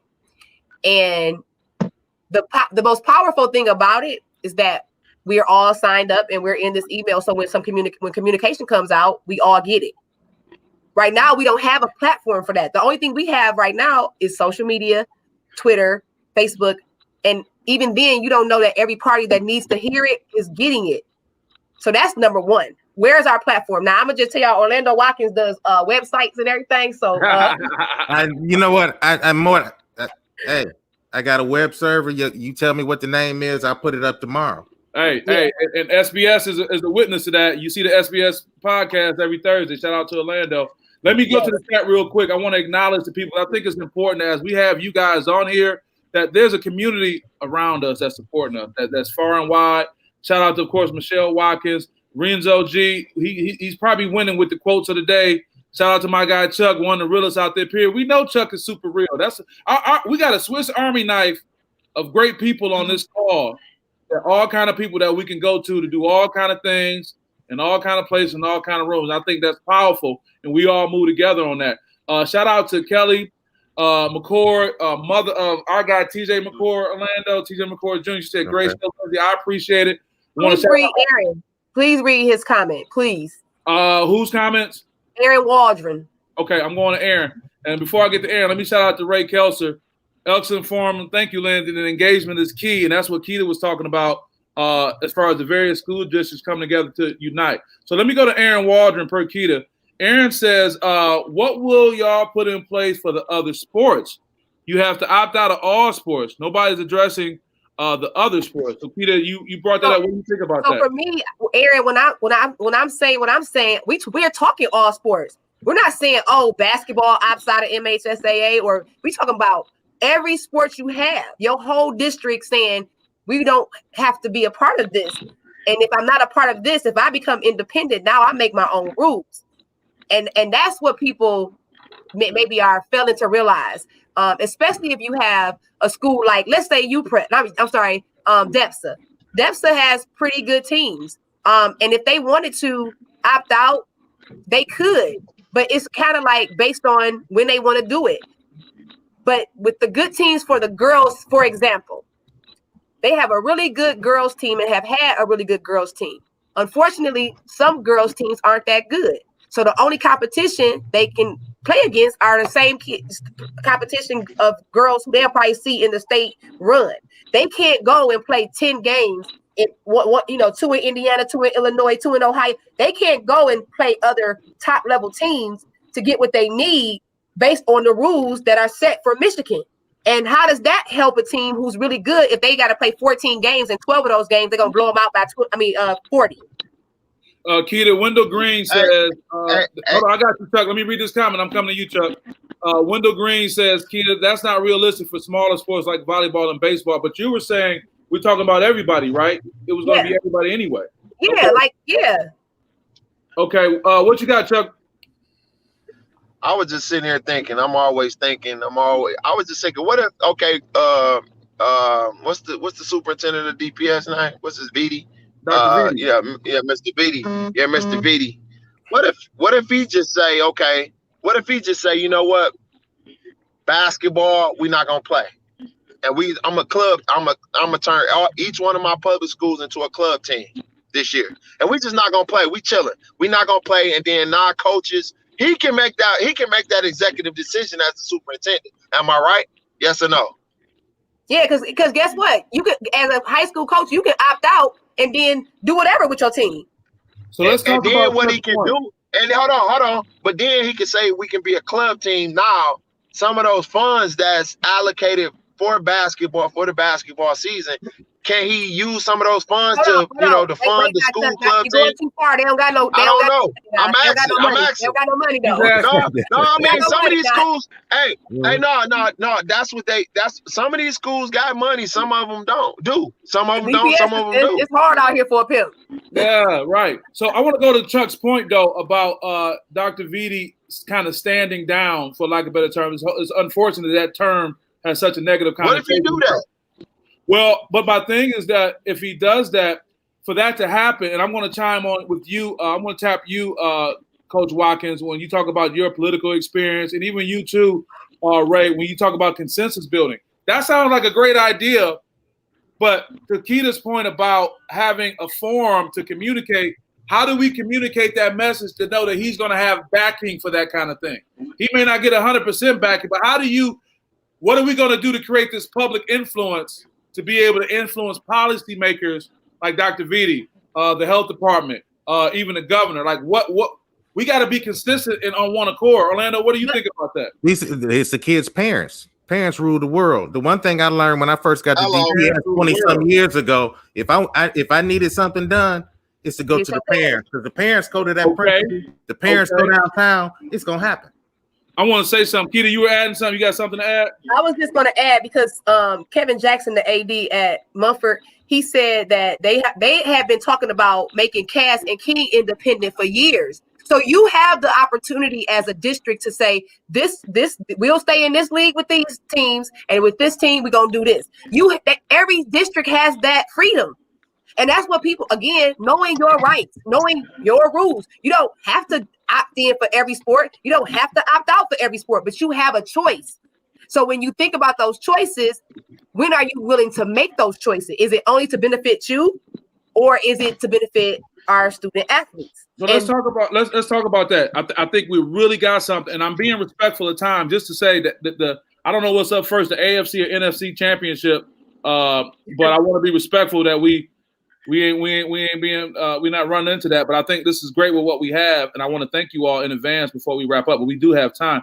So going back to Orlando's point, even that got sparked with Uncle Chuck and what Keith was saying, when you use the power of shielding, what if there's this thing where coaches get with their kids and get them involved in civic engagement to do a campaign to where the student athletes are doing a letter writing campaign. The student athletes are going to social media. The student athletes are saying, you know what? Our coaches have been talking, and we're thinking that it might be a good idea if the district just stood down, rescinded, or just whatever they need to do for all this other interactivity to go, and it's led by the young people. Does that sound like a feasible option if we're saying that's a good idea in Southeast Michigan, if Mid-Michigan is saying that, if the West Side agrees, if the UP agrees? What do you got? What do you think about that, Orlando? I'll put that on you first. I think the letter writing campaign, anything you can do, but I'm going to go back to the parents. I think it all starts from the parents. The parents control it. Mm-hmm. They control that. They may not know it, but they control that school district. They control that school. They control what's going on because those parents are also voters. Right. That's a good point. So here's what I want to say with the time we have. And shout out to man, the chat is jumping, man. The chat need a cover charge, y'all. The chat is really off right now. Rena said something very important, which was about how sports also help students engage in academics. Yes, sports that motivate us for academics as well. Shout out to Rena Kendrick. Shout out to Rena. We appreciate your support. Yeah, and I think that's being lost too. That is being lost, and that's part of that mental health argument that I think is not really getting its proper due. Yeah, because I'm gonna tell y'all, I just told my mama the other day, I said, I cannot do nothing except give my son kudos, okay? And I'm gonna give him praise today on your show. From ending March 15th to right now, he's been online for a year. Yet and still, he busts his butt. He studies hard. He doesn't want to do the work, but he's doing it because of one thing. This is going to help get him to his ultimate goal, which is to earn a scholarship, because he has to have the grades. So when he busts out right now with these 4 A's and 2 B's and this bullshit that we going through right now, and he ain't playing a game, and he been training hard as hell for 8 months, this is what I'm fighting for. Because there's other kids like him who they want to play basketball. They want to be able to perform the sport that they've been playing all their lives. And if it's just a kid who's at home and it's only for fun, can you imagine what that kid feels like? No, you're absolutely right. And LaKita, I can't tell you enough for how important your perspective is as someone, not only, and I think and I'm saying this, the people on the call know this, but I think people, who don't know LaKita Gantz, you're not just out here. You got a great son who's doing well, but your background and where you've been at, you've been, the head of basketball operations for Eastern Michigan. You're very well connected to the community, so you don't fit that mold of a mother just trying to come up on her son. That is not the case. You are totally connected with the process, and I think it's important that you make these passionate pleas. I think that's the part that's being left out. It seems that whether it's the governor's office, whether it's MHSA, they're being tone deaf to a degree of these real issues. What do you guys think about that? Did I mute? I went silent or something. Okay. Well, it is. I can hear you. I can hear you. I'm working. Oh, I'm working. All right. Well, listen. In the interest of time, let me go through the chat because the chat has been off. To Pierre Brooks, he said, "All of my players are struggling mentally with the back and forth. Some are ready to give up." And you know what? Whether it's Pierre Brooks saying that, whether it's some of my coaches here in Mid-Michigan saying that, when I pick up the phone, no matter what coach I call, everybody sound the same. They're kind of down, they're wore out, and I think it's something to be said about that because we got to turn around for Michigan to move forward, not only with, the financial part about opening restaurants, we have to get ourselves back in a positive mental health state. And right now, we've all been stagnant. And you guys know with the work I do, what I focused on. So that's a good point. Let me go to the chat again. I want to make sure I get all these people. Shout out to Coach Brooks. Kareem Hogan is saying facts to Keita. So Keita definitely wins the award for keeping it popping in the chat and everybody rooting for her. Rena also said, We don't fight enough for our kids. Sports is a motivator to keep moving. Free school, huh? Step up, parents, ADs, coaches, get your families together and make a move to get to Lansing. Now we talk about this call to action. Don't make me go put that suit on again, Ray, to walk up to Lansing. That's right.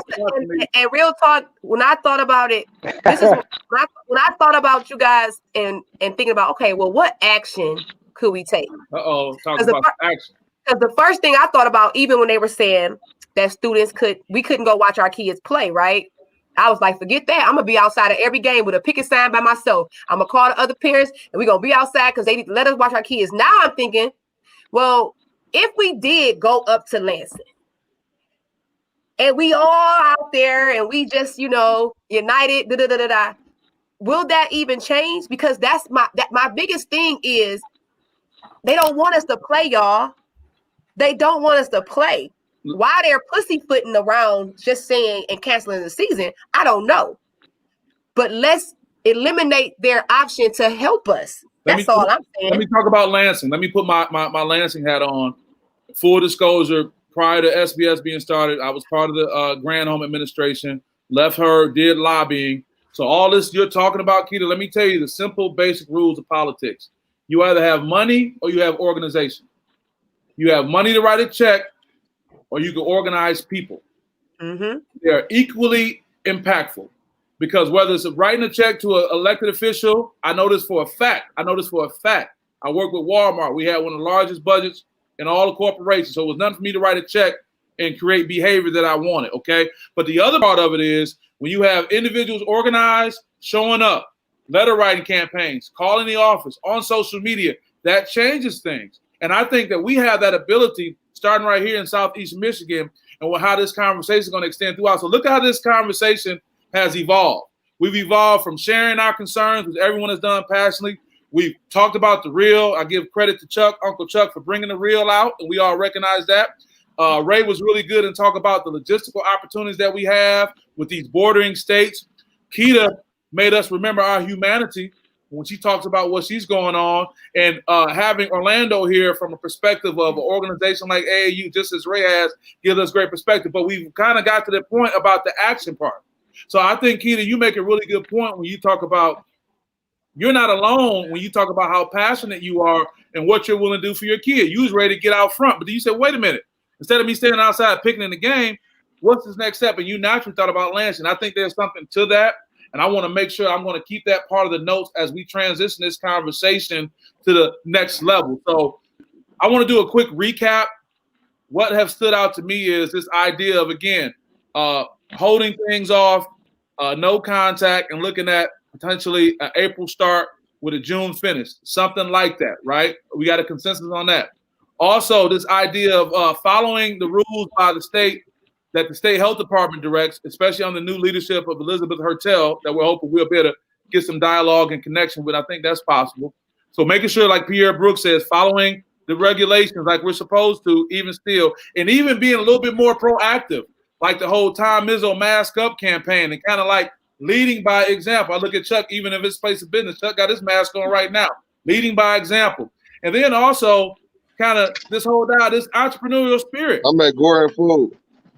Oh, man, you could have played it cool. Say you were still doing that motor. So they're making you do it. Okay.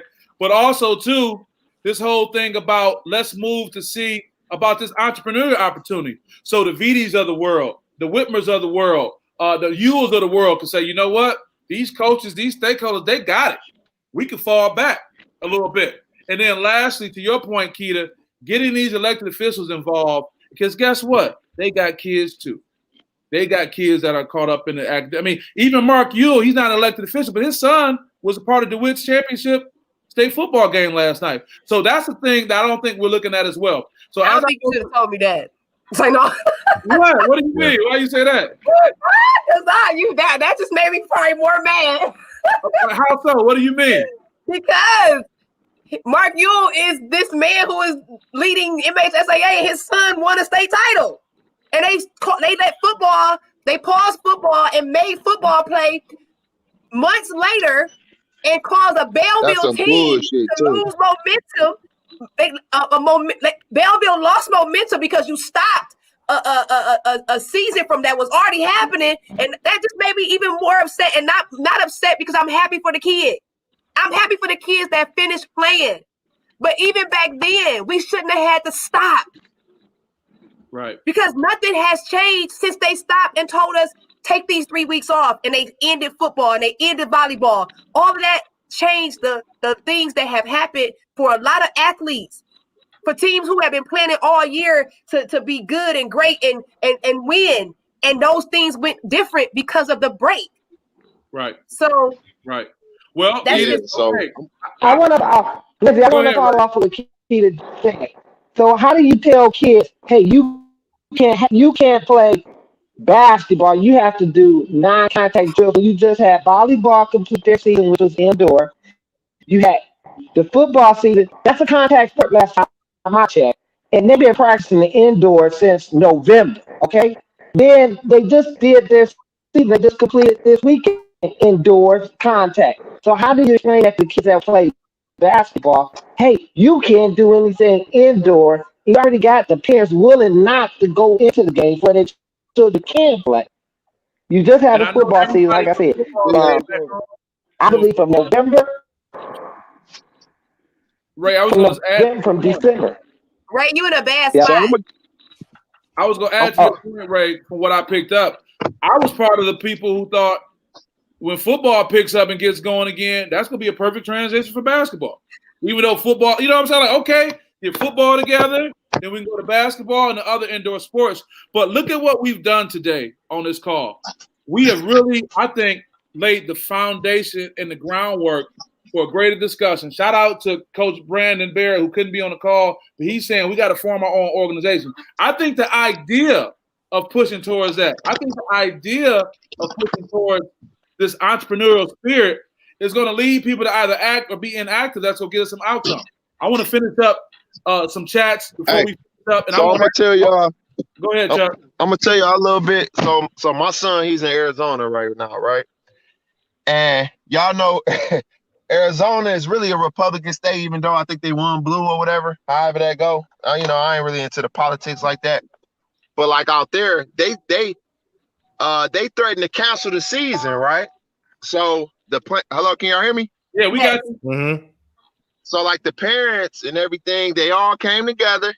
I mean, it was a big backlash out there. I mean, like they say the head people was getting death threats and just, we're not saying doing that, but they said it was a big backlash to whereas they have voted for the season to start. Now, they do have the rule out there, they gotta wear a mask, but then there's one rule that they got out there is if the season starts, it has to finish. They can't cancel it.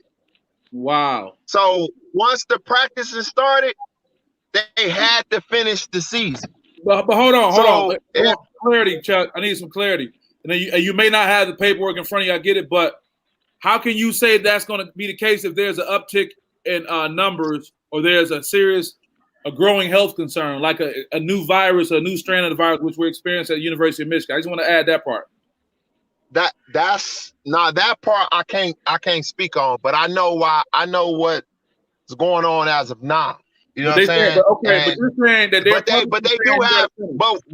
but what happened is they do have teams that opt, like schools and school districts that opt out to not play it. So my understanding is once that season got rolling, now teams opt out and say, you know what, I ain't playing. I guess from my understanding, it's the last man standing, and they finished in their season. So I mean, they are, but they do have certain rules in place. Only two parents can come to the game, and it's only the home team parents can come. Kids got to play with the mask on. So, Chuck, what about them restrictions, Chuck? Tell me about that. That's a good point. If we talk about putting those kind of restrictions in place for Michigan, because let's talk about the part that people who are those restrictions are already in place. If you remember the fall league, listen, the fall leagues could not play at Tyndall or Hype unless they had to clear the gym after every game. You had to have a mask on. You had to check a temperature. You had to do your little hand sanitizer. The players had to play with masks. Everything that they put in place for the fall was a trial situation for what they wanted to do for the winter. So all of those things were in place already. And still, we're here. Yeah. We're here. We're still here. So my biggest thing is this. I put a timeline on my Facebook thing yesterday. Clearly, February 21st, non-contact, right? Right. That's the date of the last whatever non-contact. So let's just say we go through. Well, that means we still got to have 2 weeks of contact practice, right, before our first game. And then our first game might start around March the 6th.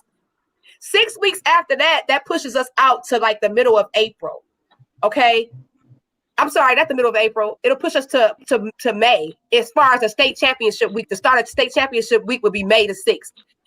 You got seniors graduating. And I didn't even mention this part.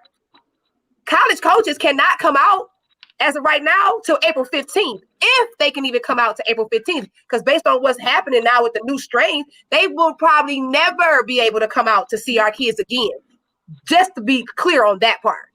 But we don't have film to show the coaches. Right. And by the time you look up, if we go all the way down that line, these college coaches of 2021, they got to deal with having all their kids come back. So they might not even have scholarships to offer. Let me say this, Kita. I got to apologize to Raymond Kelser. That's my guy. He said, I shouldn't have told you that Mark Ewell's son played in the state championship last night, and he got to do an intervention with you. So, Ray, you know you're my guy. I apologize. I shouldn't have let that slip. So I owe you. And go ahead and handle that. Shout out to Most High. My guy Lee, one of my former students, a great father. He made a good point. Those wealthier schools had somebody stepped down or something, right? I could have sworn they said somebody supposed to step down or something like that, right? Oh, that's for the health department. That before you got on, we talked, and let me do a quick recap. That's really good with the time that we have, and I'm gonna tell everybody this: hold your comments, because before we get off, I'm gonna go around. I want all of you guys to have final comments, okay? So let me try to get this straight. Again, I can't tell you enough for everyone who's been in the chat. Again, I was talking about my guy Lee was one of my former students, Kita.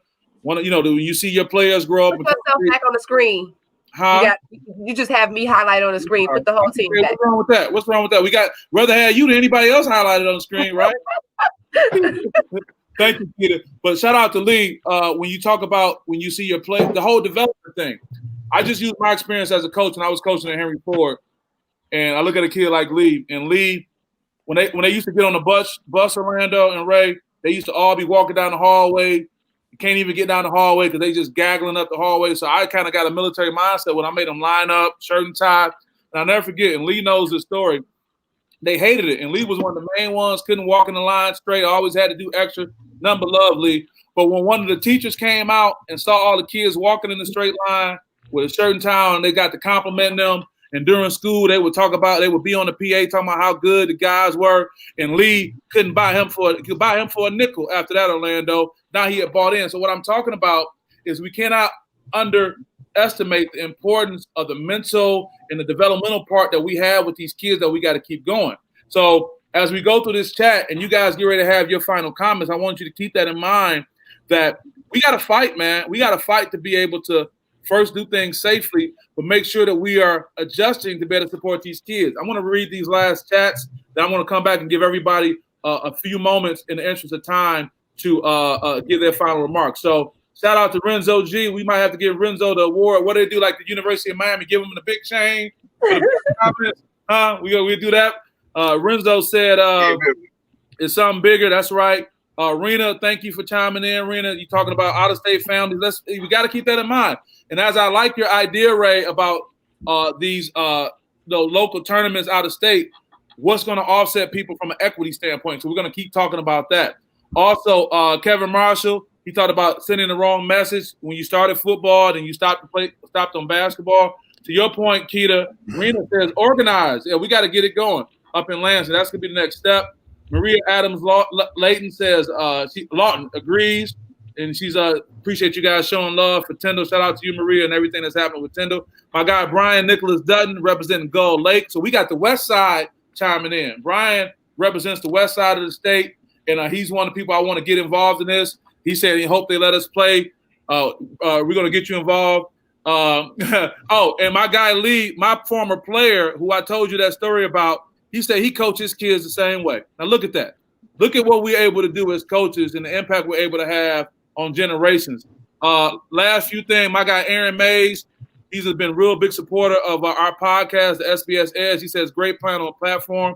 Keep evolving. Thank you. He's talking about the SPS Edge. Lastly, before I go to you guys, Rena says, until we stop talking and sit and organize, and it will all be talk. We have so many people with large voices, and we still talk. What's the next move for these two? Let me tell you this. To your point, Rena, I'm not playing. I think that SPS has evolved to be in a perfect situation to bring great people like you in the chat, all these people on the platform, all these other people throughout the state to get a message together and act on it. So that is not going to be the case. There will be action. We're going to get Kita up here at the Capitol, and them legislators don't want Kita with a face mask up on them. Somehow get it right. So we got that going on. And then if it get real tight, we're going to say, don't make us call Uncle Buddy up here. We bring Uncle Buddy up here and post up, and they ain't going to like that. You know what I'm saying? So we got all kind of things in our back pocket. Meanwhile, Orlando and Ray, we all going to be working it together. So the last thing I'll say, let me just go to the panelists, and I'll go in random order. Ray, I'll start with you. I'll go to Chuck. I'll go to Orlando, and Kita, I'll finish with you. So you guys have any last comments? Let's keep it probably within a minute so we can get off here and get these playoff games going. But I want to thank you guys in advance for what you've done. You guys are going to make the last comments, and I'm going to go off. And everyone in the chat, thank you so much. Share this message. We're coming to area you to keep this going. We will follow up. So, Ray, what do you have for us in closing? I want to thank everyone for their time and for this dialogue that we just had. I want to thank everyone for the chat group for expressing their thoughts. And if we can come together, we can salvage this season before it's not able to be completed, before it even got started. Yeah, I agree. He's talking about coming together, and I think we're on track to do that. Buddy Love, what I got Uncle Chuck here. What you got? I got a couple things, man. You say you was in politics, man. We just gonna keep it 100. You was in politics. You said either we got to be organized or we got to cut a check. Go find out how much that's gonna cost. We got to go get that money. If we get, hey, because my nephews and nieces, they got to play, baby. So if I got to go cut a check, we got to go get a couple dollars. We just go find out what that ticket gonna be, man. They got to play, baby. You make a very good point. Let's see what the number is. And all my coaches, and find out the number. And all my coaches out here, y'all know, man, hit me up, man. We get busy. Y'all know how I find the gym. We shut the door, close the back door. You come through the back door. Y'all hit me up. Y'all know. All the coaches out here, y'all want some run. Y'all know where I go find y'all some run, baby. Come out at me. I got my number. I gotta go, man. I gotta go to work, man. I love y'all, man. For real. We love you too, Chuck. We appreciate it. I want to go to Orlando. Find out what that ticket gonna be, man. I'm dead ass. I know you are. And I'll handle my business on that too, because you're right. Organizing is one thing, but let's find out what things are. Let's go. Going to Orlando, and then we're going to finish up with Kita. That's it. Hey, Lindsay, first off, thank you for putting this together. This was a wonderful discussion, and a lot of information has been shared and shared out to the people on multiple platforms on the internet. This is a start. I saw, Rena on here. Let's stop talking about it. Let's do something. And I agree. And just to let Kita know, y'all let me know. My resources are available to you. I'll put up the website where we can continue this on. Yes. You know, your next broadcast, Lindsay, we can share the address. You know, reach out to me. I'll put it up. Okay. Yes. Look at that. Look how we make an act. Look how we're moving forward. Okay. Look at that. So last but not least, Kita, we want to thank you for your voice, and thank you, Orlando, but thank you for what you're adding. So please, with the final comments. So first of all, I want to say thank you for inviting me. Do you think I wanted to hear that I didn't invite you and you run up on me out here in these green streets? You think I let that happen? No, I'm just, a lot of everything I do, is all for my passion for people and our student athletes. So I'm just thankful that people, actually do hear me, listen to me. I get a lot of phone calls. I do, and I appreciate it because I work my butt off to try to get this information to our people, or to everybody, anybody. And I also call a lot of people to get information. And I think that's the two things that, whether you're a coach, a parent, student athlete. You got to be willing to give information, but call to get information too, so that you know what's going on. So with that being said, I really appreciate that you invited me on this platform. I think we've reached a lot of people and people I didn't know and who now know me. So I think that's a great thing. But I'm gonna tell you this: my shirt says "Speak Volumes." This is the name of my clothing company, along with my son. And the quote for our company is that inside of everyone there lies a voice that has the courage to speak up, stand up, and support what's up. But now we need to take action. And that's I'm gonna leave you with that. Speak volumes, but now we need to take action. And it's sad that something like this has had to happen in order for us to all agree and be on the same page. But now that we're here, let's do something about it. Let's do something about it. I want to let everyone know, from the people I'm talking to now and the people in the chat, I'm going to work to be, SPS will be a repository of this information. I'm going to gather this information. I'm going to organize this information. I'm going to follow up on key points made. I ask that people share this message. And I want to wish everyone a great Sunday. I hope your team wins or lose, but guess what? Let's go, Tom Brady. Yeah. Oh, sorry.